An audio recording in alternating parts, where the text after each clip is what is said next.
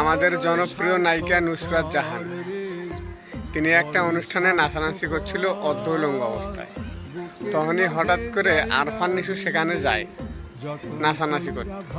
নাচানাচির এক পর্যায়ে তার জানি কোন জায়গায় হাত গেছে সেটা কেউ দেখে নাই, কিন্তু উনি দেখছে।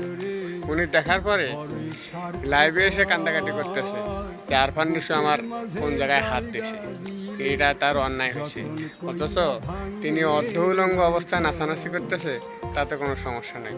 এই অর্ধ উলঙ্গ ছবি পৃথিবীর সব দেশেই যাইতেছে, যেখানে ইন্টারনেট আছে সেখানেই যাচ্ছে, তাতে কোনো সমস্যা নেই। কোটি কোটি লক্ষ লক্ষ মানুষ দেখতেছে, তাতে কোনো সমস্যা নেই।